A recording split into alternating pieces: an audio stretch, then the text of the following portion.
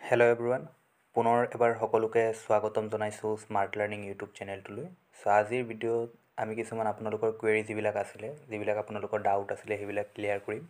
আৰু আটাইতকৈ ডাঙৰ এটা ডাউট বহুতে সুধিছে যে যিটো তেওঁলোকে 8 পাছৰ এক্সাম দিছে, তাত যেতিয়া ডকুমেণ্ট ভেৰিফিকেশ্যন হ'ব বা ভাইভাৰ দিনা যেতিয়া ডকুমেণ্টখিনি লৈ যাব লাগিব, তাত কি 8 পাছৰ চাৰ্টিফিকেটখন থাকিব লাগিব কম্পালচাৰী নে ক্লাছ 10ৰ যিটো আমাৰ HSLC লেভেলৰ চাৰ্টিফিকেট আছিলে সেইটো হ'লেই হ'ব? সেইটো লৈ পেলাই বহুত মানুহ চিন্তিত হৈ আছে। সেইটো টপিকৰ ওপৰত আমি আজি ডিছকাছ কৰিম। আৰু ADRE 2.0 যিটো আমাৰ ভাইভা এক্সাম হ'ব বা ইণ্টাৰভিউ এক্সাম অনুষ্ঠিত হ'ব, সেইটো ৰিলেটেড কিছুমান টপিক আমি ডিছকাছ কৰিম যে কেতিয়া হ'ব।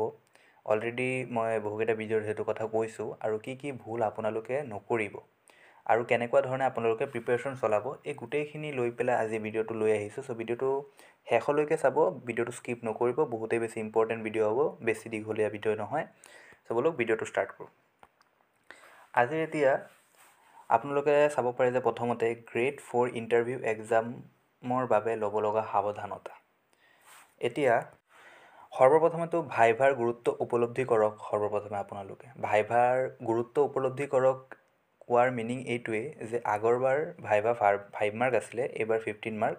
চ' যদি কোনোবাই ভাবিছে যে যদি ৰিটেনত বহুত বেছি ভাল মাৰ্ক আহি গৈছে দেন ভাইভাত যেন তেনকৈ ভাইভা দিলেই হ'ব, দেন এইটো এটা ভুল ধাৰণা হ'ব।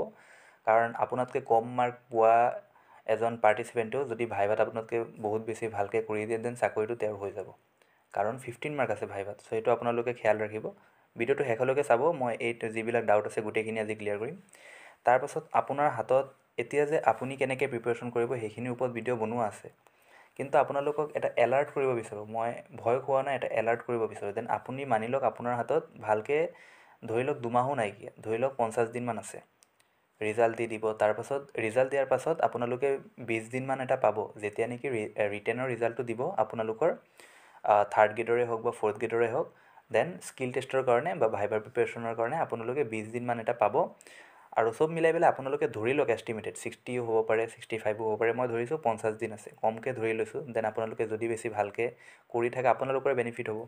দেন আপোনাৰ হাতত আপুনি ধৰি লওক যে 50 ডেইজ, এটা 50 দিনৰ এটা সময় আছে।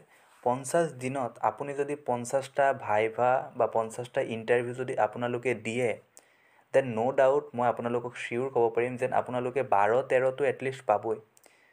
12-13 আপোনালোকে এটলিষ্ট পাব। আপোনালোকৰ কনফিডেঞ্চ যেনেকুৱাই থাকক, আপোনালোকৰ কনফিডেঞ্চ ইনক্ৰিজ হ'ব। আপোনালোকে বহুতেই মেক্সিমামেই যে যদি 50 দিন যদি আপোনালোকে প্ৰেক্টিছ কৰে, 15ত 15 অহাৰ সম্ভাৱনাই বহুত বেছি। আৰু যদি আপোনালোকে ৰিটেনত যদি যেন তেন কোৱালিফাই হৈছে, হ'ব পাৰে যে কাট অফ গৈছে ধৰি লৈছোঁ 60, দেন 60তকৈ বেছি পোৱাটো বহুত থাকিব, তেওঁলোকৰ ফাইনেল চিলেকশ্যন হোৱাৰ চান্সটো বহুত বেছি বাঢ়ি যাব। কিন্তু যোনে যেন তেন কাট অফটো ক্লিয়াৰ কৰিছে তেওঁলোকৰ বাবে কি হ'ব যে ভাইভাটো বহুত বেছি ইম্পৰ্টেণ্ট হৈ যাব, কাৰণ 15 মাৰ্ক থাকিব। চ' অভাৰঅল যিটো কাট অফ হ'ব আমাৰ ৰিটেন প্লাছ ভাইভা বা ইণ্টাৰভিউ মিলাই পেলাই, বা ৰিটেন প্লাছ 3rd গ্ৰেডৰ কাৰণে স্কিল টেষ্ট মিলাই পেলাই, সেই অভাৰঅল কাট অফত এই যে আমাৰ ৰিটেন এক্সাম হৈ যোৱাৰ পাছত যে এক্সামবোৰ হ'ব, ভাইভা এক্সাম বা স্কিল টেষ্ট এক্সাম, সেইটোত আপোনালোকে ভালকৈ দিব লাগিব, ঠিক আছে? সেইটোত মেইন খেলটো হৈ যাব তেতিয়া। সেইকাৰণে আপোনালোকে 50 দিনত 50টা ইণ্টাৰভিউ দিব। কেনেকৈ ইণ্টাৰভিউ দিব মই অলৰেডি উল্লেখ কৰিছোঁ। আপোনালোকে আইনাৰ ওচৰত ৰৈ পেলাই দিব পাৰে, কনফিডেঞ্চ বুষ্ট হ'ব। নহ'লে আপোনালোকে পৰিয়ালৰ মানুহৰ ওচৰত দিব পাৰে। প্ৰশ্নখিনি তেওঁলোকক আপুনিয়ে কৈ দিব, সেইখিনি প্ৰশ্নৰ উত্তৰ আপোনালোকে আই কণ্টেক্ট কৰি পেলাই চবৰে ওচৰত যেতিয়া দিব, আপোনালোকৰ কনফিডেঞ্চ বহু গুণে বুষ্ট হ'ব। আপোনালোকে আজিৰ পৰা এইখিনি প্ৰিপেৰেশ্যন কৰক। অলৰেডি জিকেৰ ওপৰত আমি এটা চিৰিজ চলাই আছোঁ, জিকে ভিডিঅ'সমূহ আপোনালোকে চাব পাৰে, কাৰণ কেৱল আপোনালোকৰ পাৰ্চনেলিটি আৰু আপোনাৰ কনফিডেঞ্চে নাচায়, তাৰ উপৰিও আপোনালোকৰ অলপ জ্ঞানো চাইছে, জেনেৰেল নলেজটো আপোনালোকৰ কিমান, যিহেতু আপুনি এটা টাফ ৰিটেন এক্সাম কোৱালিফাই কৰি পেলাই আহিছে, ইমান বেছি পাৰ্টিচিপেণ্টৰ মাজত আপোনালোকে ৰিটেন এক্সাম কোৱালিফাই কৰি পেলাই আহিছে। দেন আপোনালোকক সেইসমূহ চোৱা হ'ব যে আপোনালোকে সেইসমূহ আপোনালোকে জিকে অলপ জানে নাই, সেইখিনি চোৱা হ'ব, ঠিক আছে? আপোনালোকে জিকেসমূহ প্ৰেক্টিছ কৰি থাকিব। ইতিমধ্যে ভিডিঅ'খিনি আপলোড কৰা হৈছে। তাৰ পাছত এতিয়া ইণ্টাৰভিউ যিটো সময়ত হ'ব, মই ইণ্টাৰভিউ কিছুমান সাৱধানতা সেইখিনি কৈ আছোঁ যে আপোনালোকে কি সাৱধানতা অৱলম্বন কৰিব লাগিব। ইণ্টাৰভিউ যিটো সময়ত হ'ব, যদি পাৰে আপোনালোকে, দেন আপোনালোকৰ কিবা এটাত এডমিট ওলাব। আপোনালোকে ৰিটেন কোৱালিফাই হোৱাৰ পাছত যিসকলে ৰিটেনত কোৱালিফাই হ'ব, দুগুণ কেণ্ডিডেটক কোৱালিফাই কৰাব, দেন আপোনালোকৰ এডমিট আকৌ নতুনকৈ এটা এডমিট আহিব। তাত আপোনালোকৰ লোকেশ্যন দিয়া থাকিব, কোনটো লোকেশ্যনত আপোনালোকৰ হ'ব, আপোনালোকৰ কোনটো লোকেশ্যনত ইণ্টাৰভিউটো হ'ব। দেন আপোনালোকে যদি পাৰে, ধৰি লৈছোঁ ইণ্টাৰভিউ যদি 9:30 পৰা হয় বা 9টাৰ পৰা যদি ইণ্টাৰভিউ হয়, দেন আপোনালোকে যদি পাৰে 7:30টাতে মানে 8টাতকৈ পলম নকৰিবই, পাৰিলে 7:30টাতে গৈ পেলাই তাত উপস্থিত থাকিব। সোনকালে গৈ পেলাই একোতো ক্ষতি নহয়, কিন্তু যদি তাত গৈ পেলাই আপোনালোকৰ যদি দেৰি হৈ যোৱা, আপোনালোকৰ যদি 9টা বজা 15 মিনিট আগত যায়, দেন আপোনালোকৰ বেমেজালি অলপ হ'ব পাৰে। কেনেধৰণৰ অসুবিধা হ'ব পাৰে আপোনালোকৰ, দেন আপোনালোকে তাত ডকুমেণ্টখিনি লৈ যাব লাগিব, বহুতখিনি কথা আছে। দেন আপোনালোকে যদি পাৰে যিমান পাৰে সোনকালে যাব। হাবাথুৰি খাই পেলাই গ'লে তাত আপোনালোকৰ নাৰ্ভাছ, আপোনালোকৰ যিটো কনফিডেঞ্চ আছিলে, যাৰ বাবে আপোনালোকে এমাহ দুমাহ প্ৰেক্টিছ কৰি পেলাই গৈছে, সেইখিনিয়ে ভাঙি যাব, আপোনালোকৰ মনোবল ভাঙি যাব। আপুনি গৈ পেলাই আৰামছে তাত মানে যিটো টাইমত আপোনালোকৰ টাইম দিব, তাতকৈ পাৰিলে আপোনালোকে আপোনাৰ 1 ঘণ্টা বা 1.5 ঘণ্টা এটা আগত যাব, আপোনালোকৰ বহুতখিনি বেনিফিট হ'ব। তাৰ পাছত আপোনালোকে নিজৰ ষ্ট্ৰীম ৰিলেটেড কুৱেশ্যন আহিব পাৰে। ষ্ট্ৰীম ৰিলেটেড মানে এতিয়া যিহেতু গ্ৰেড 4ৰ এক্সামত মেক্সিমাম কোৱালিফিকেশ্যন কি আছে, হায়াৰ ছেকেণ্ডেৰী HSSLC। চ' গ্ৰেজুৱেশ্যন কৰাবিলাকে নোৱাৰে, কিন্তু হায়াৰ ছেকেণ্ডেৰী কৰাবিলাকে পাৰিব। চ' হায়াৰ ছেকেণ্ডেৰী কৰা বহু পাৰ্টিচিপেণ্টে হয়তো হায়াৰ ছেকেণ্ডেৰী কোৱালিফাই কৰিছে বা হায়াৰ ছেকেণ্ডেৰী কোৱালিফাই কৰি পেলাই এইটো এক্সাম দিছে।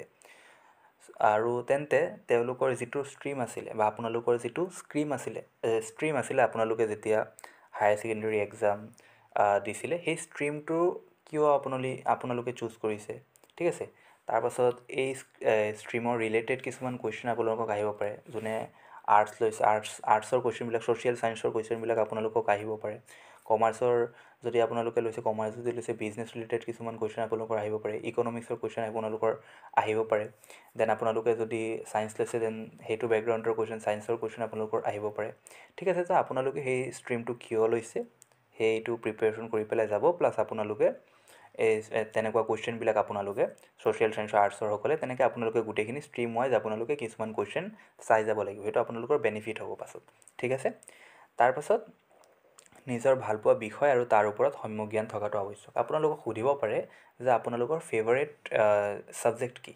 চ' সেইটো ছাবজেক্টৰ ওপৰত আপোনালোকে অলপ চাই যাব। আৰু ফেভাৰেট ছাবজেক্টটো এনেকুৱা যাতে নহয় আপোনালোকক সুধিছে যে আপোনালোকৰ ফেভৰেট ছাবজেক্ট কি বা আপোনাৰ ফেভৰেট ছাবজেক্ট কি, দেন আপুনি ভাবি আছে যে ফেভৰেট ছাবজেক্ট কি। সেইটো আপোনালোকে একদম পটককৈ এনচাৰটো দিব লাগিব। সেইটো ভাবি পেলাই দিলে কি হ'ব, আপোনালোকে বনাই পেলাই কৈ আছে, নিজে মনত ভাবি পেলাই কোনটো ফেভৰেট কৈ আছে বুলি তেওঁলোকে ভাবিব। দেন আপোনালোকে সেইটো কি ফেভৰেট, আপোনালোকৰ কোনটো বিষয় ভাল লাগে আপোনালোকে ডিচাইড কৰক।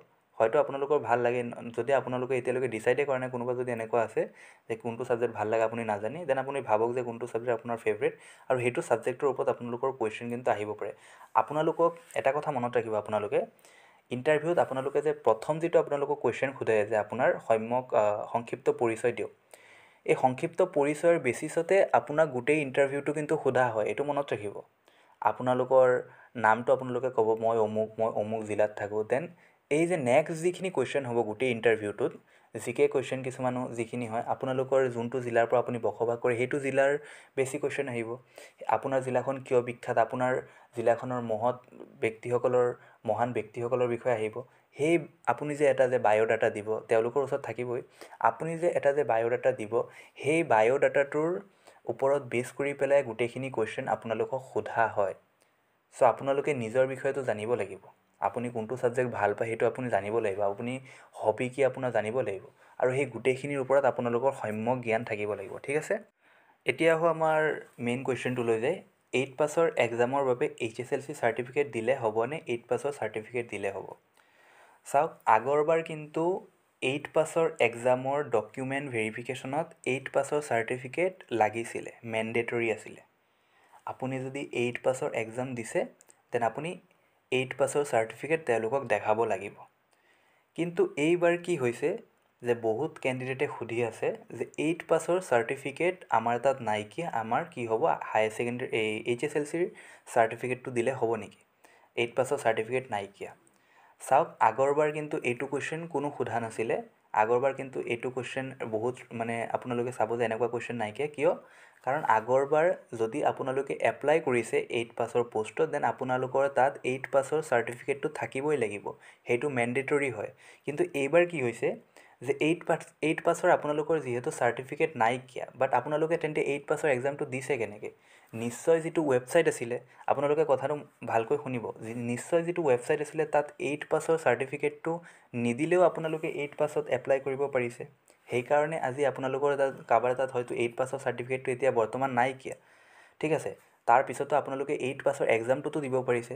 চ' যদি এক্সাম দিব পাৰিছে, তেতিয়াই যদি এপ্লাই কৰিব পাৰিছে, তেতিয়াই যদি অনলাইন আপোনালোকে চাকৰিৰ কাৰণে আবেদন কৰিব পাৰিছে, ৰেজিষ্টাৰ কৰিব পাৰিছে উইদাউট 8 পাছ চাৰ্টিফিকেট, দেন মই ভাবোঁ এইবাৰ অফিচিয়েল তেনেকৈ নটিফিকেশ্যন অহা নাই যে HSLC চাৰ্টিফিকেট দি হৈ যাব। কিন্তু যিহেতু 8 পাছ চাৰ্টিফিকেট নোহোৱাকৈও আপোনালোকে 8 পাছৰ যিটো এক্সাম আছে তাৰ কাৰণে এপ্লাই কৰিব পাৰিছিলে। ক্লাছ যিহেতু মানে এটা নৰ্মেল কথা এইটো যে ক্লাছ 10ৰ যদি আপোনাৰ এটা চাৰ্টিফিকেট আছে, যদি HSLCৰ আপোনাৰ এটা চাৰ্টিফিকেট আছে, দেন আপুনিতো 8 পাছ কৰি HSLC দিছে, আপুনিতো 8, 9 নপঢ়ি পেলাই HSLC উঠি যোৱা নাই। সেইকাৰণে মই ভাবোঁ যে এইবাৰ যিহেতু 8 পাছৰ চাৰ্টিফিকেট অবিহনে আপোনালোকে এপ্লাই কৰিব পাৰিছিলে আগতেই, দেন এতিয়াও 8 পাছ চাৰ্টিফিকেটটো মেণ্ডেটৰী হ'ব নালাগে। যিহেতু অফিচিয়েল নটিফিকেশ্যন অহা নাই তেনেকৈ যে HSLC চাৰ্টিফিকেট দি হৈ যাব। কিন্তু মোৰ মতে আপোনালোকে চিয়'ৰ থাকক যে 8 পাছ চাৰ্টিফিকেটটো আপোনালোকৰ যাৰ নাইকিয়া, যাৰ আছে ভাল কথা, যাৰ নাইকিয়া আপোনালোকে চিন্তা নকৰিব। যিহেতু আপোনালোকে এপ্লাই কৰিব পাৰিছিলে, দেন আপোনালোকৰ যেতিয়া ডকুমেণ্ট ভেৰিফিকেশ্যন হ'ব আপোনালোকৰ HSLCটো দি পেলাই হৈ যাব লাগে। চ' আজিৰ ভিডিঅ'টোত ইমানখিনি আছিলে। মই ভাবোঁ আপোনালোকৰ যিখিনি ডাউট আছে আপোনালোকৰ ক্লিয়াৰ হৈ গ'ল। আৰু যদি ভিডিঅ'টো ভাল লাগিছে, ভিডিঅ'টো লাইক কৰিব, ভিডিঅ'টো শ্বেয়াৰ কৰিব। আৰু চেনেলটো যদি প্ৰথমবাৰ চাই আছে, ভিডিঅ'টো যদি প্ৰথমবাৰ চাই আছে, আপোনালোকে চেনেলটো ছাবস্ক্ৰাইব কৰিব পাৰে। ঠিক আছে, থেংক ইউ ছ' মাছ।